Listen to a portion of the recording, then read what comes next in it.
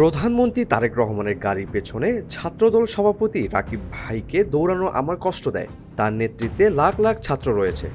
তিনি যেভাবে নেতার পেছনে দৌড়ালেন, আওয়ামী লীগের সময়ও এভাবে দৌড়াতে দেখিনি বলে মন্তব্য করে বলেন জাতীয় নাগরিক পার্টি এনসিপির উত্তরাঞ্চলের মুখ্য সংগঠক সার্জিস আলম।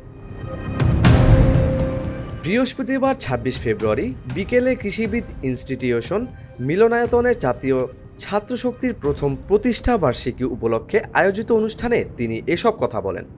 ছাত্রদলের উদ্দেশ্যে সার্জিস বলেন, ছাত্র রাজনীতিতে নতুন একটি মানদণ্ড তৈরি করা প্রয়োজন। আপনারা ছাত্র রাজনীতির সংস্কৃতিতে নতুন একটা স্ট্যান্ডার্ড তৈরি করবেন, যা দেখে বাংলাদেশের ছাত্র রাজনীতির ভবিষ্যৎ গড়ে উঠবে। তিনি বলেন, প্রধানমন্ত্রী তারেক রহমান অমর ২১ বইমেলা উদ্বোধন করতে গিয়েছিলেন। সেখানে ছাত্রদলের সভাপতি রাকিবুল ইসলাম রাকিবকে প্রধানমন্ত্রীর গাড়ির পেছনে দৌড়াতে দেখা গেছে। বিষয়টি আমার কাছে দুঃখজনক মনে হয়েছে। তিনি আরও বলেন, দেশে নতুন করে রাজনৈতিক প্রতিযোগিতা শুরু হয়েছে।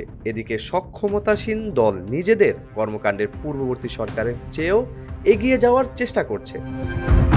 অন্যদিকে রাজনৈতিক কার্যক্রমের বদলে অভিনয় প্রতিযোগিতা চলছে। দেশে সমঝোতা রাজনীতি শুরু হয়েছে এবং বিভিন্ন ক্ষেত্রে অনিয়ম দুর্নীতির পুনরাবৃত্তি ঘটছে।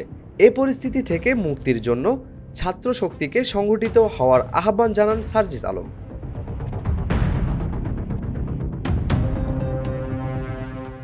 ইউএফটি ফার্স্টের সাথে ট্রেড করুন যে কোনো জায়গা থেকে।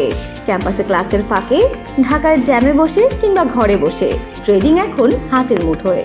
তাই ট্রেড করুন যখন খুশি, যেখানে খুশি।